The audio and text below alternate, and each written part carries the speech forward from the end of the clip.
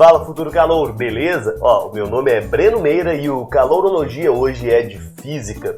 E o papo que a gente vai levar é sobre energia, transformações de energia e a equivalência massa-energia de Albert Einstein. Doido demais, né? Um tema muito bacana. Então, veja só. O que é energia?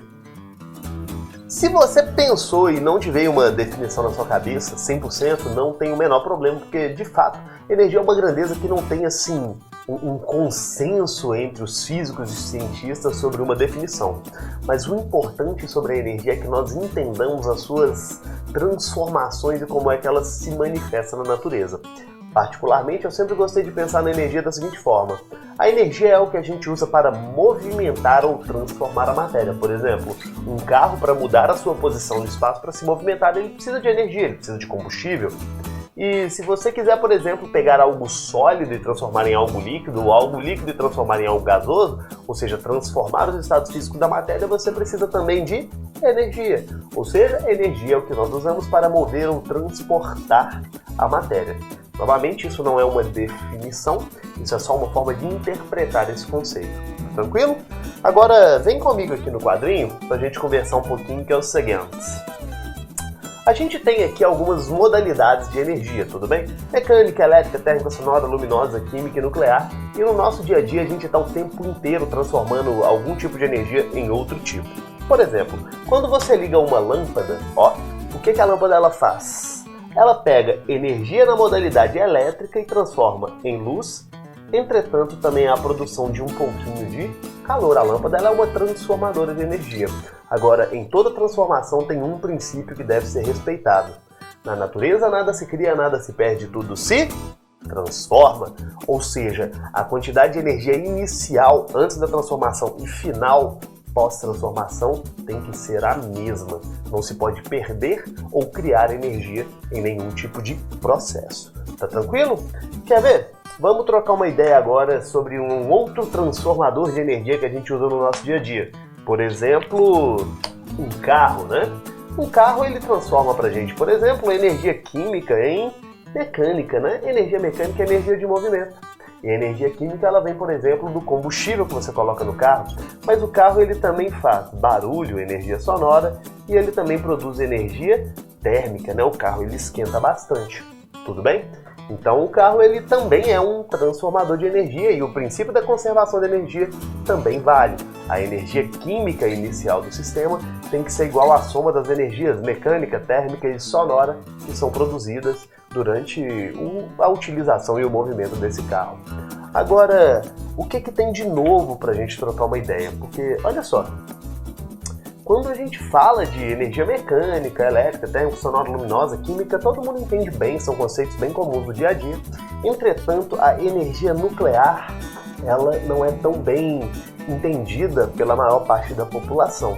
E a lógica é o seguinte, lá no início do século XX, esse belíssimo rapaz, gente, olha essa carinha que fofura, que alegria, eita ferro, Betinho, grande Albert Einstein, lá no século XX, no início dele, Albert Einstein descobriu um negócio muito legal que foi o seguinte, massa e energia são duas manifestações de uma mesma coisa, são as duas faces de uma mesma moeda.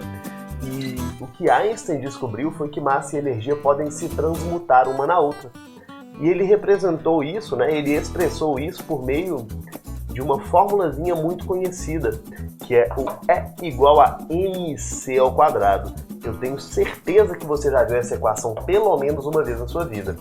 Basicamente é energia, M é a massa e C é uma constante, que é a velocidade da luz, beleza? 3 vezes 10 a 8 metros por segundo.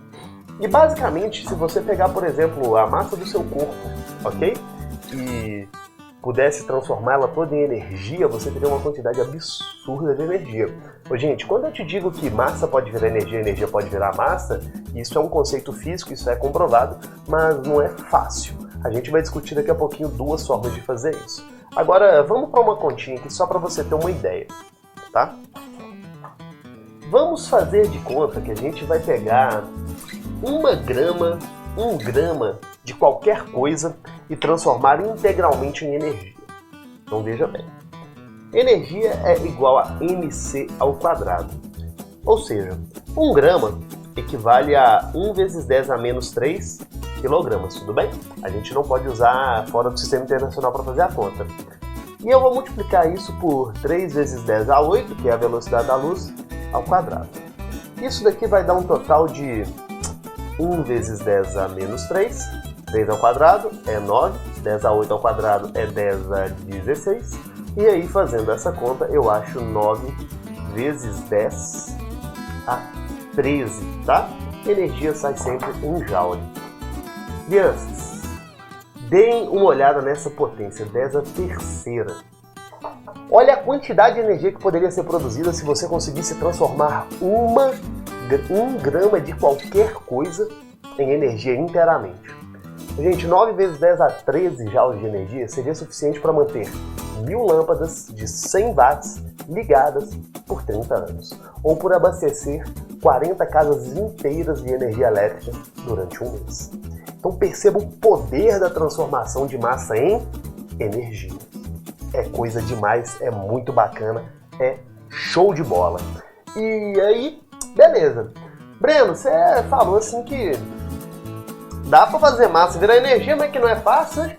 Mas a gente sabe fazer isso, não sabe? Sabe. Quais são os processos que a gente conhece para poder fazer isso? Vou explicar para vocês o primeiro deles aqui agora, que é o que a gente usa nas usinas nucleares, que é o processo de fissão nuclear. O que é o processo de fissão nuclear? É você pegar um átomo grande, por exemplo, um átomo de urânio 235, e quebrá-lo em outros átomos menores. Como que eu faço para o urânio 235 ser quebrado? Eu vou tacar nele aqui, ó, um nêutron, por exemplo, e quando eu lanço esse nêutron no urânio, esse urânio ele absorve esse nêutron, ele fica instável e ele se parte em outras duas coisas, tudo bem? No que ele vai se partir?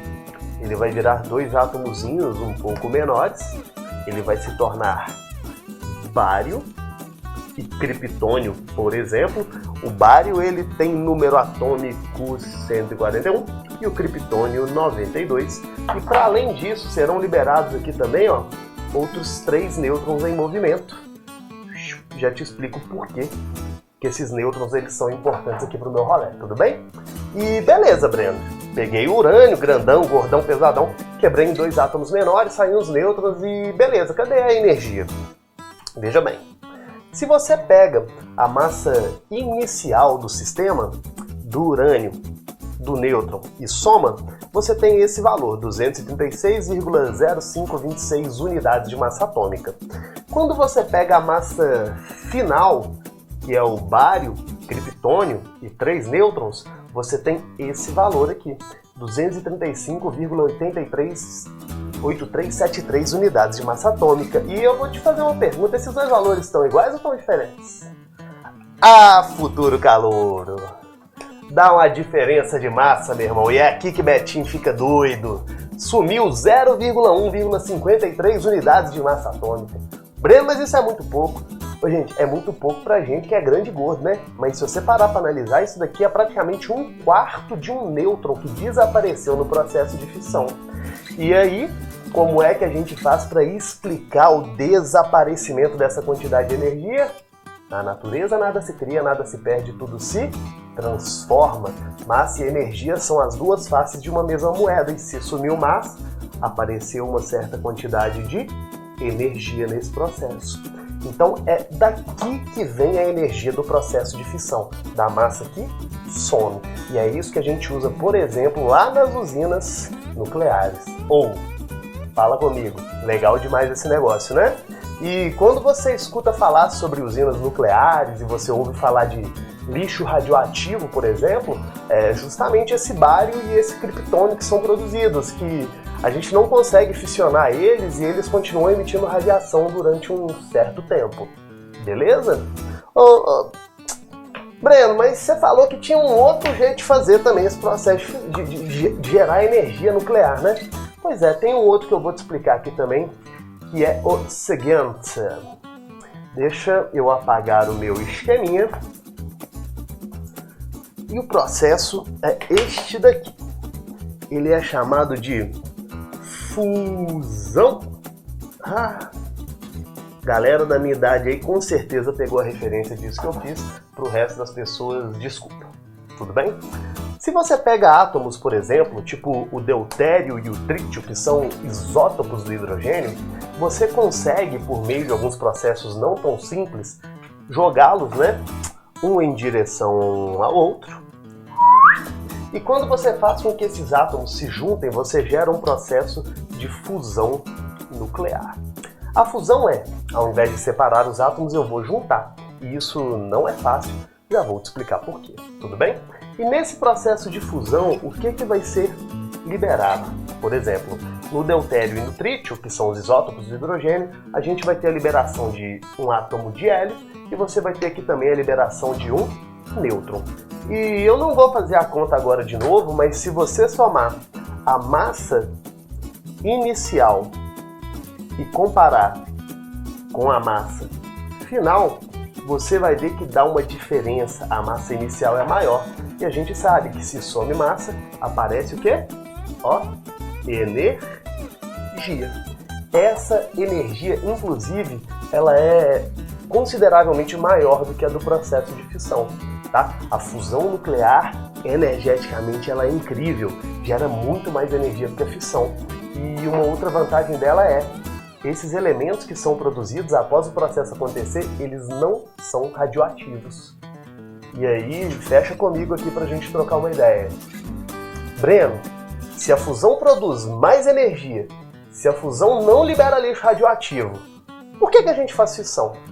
Pô, gente, é o que a gente sabe fazer e é o que a gente consegue fazer até então. Seria incrível se a gente pudesse pegar todas as formas de gerar energia e trocar por sistemas de fusão nuclear. O problema é que não dá. A fusão nuclear, por exemplo, é o que explica a geração de energia no Sol. O Sol tem fusão nuclear de átomos de hidrogênio produzindo hélio o tempo inteiro. Só que o núcleo do Sol ele é muito denso, a pressão é muito grande e você tem uma temperatura absurdamente alta. E tudo isso favorece o processo de fusão nuclear. E para a gente reproduzir todas essas condições aqui na Terra é muito difícil. Existem estudos, existem iniciativas com as quais a gente já está avançando bastante, né, no desenvolvimento desse tipo de tecnologia, mas ainda não é comercialmente possível criar reatores nucleares para gerar usinas para poder atender aí aos nossos interesses energéticos enquanto uma população. Mas a fusão nuclear, sem sombra nenhuma de dúvida, a partir do momento em que ela for dominada e for comercialmente viável, ela vai resolver, sim, problemas de demanda energética, porque ela é muito eficiente e ela é muito limpa. Beleza? Futuro calouro, deu para entender?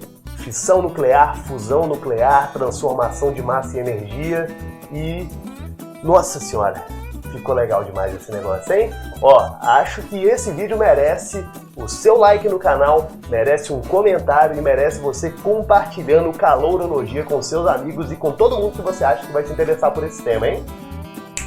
Tchauzinho, bons estudos, beijos!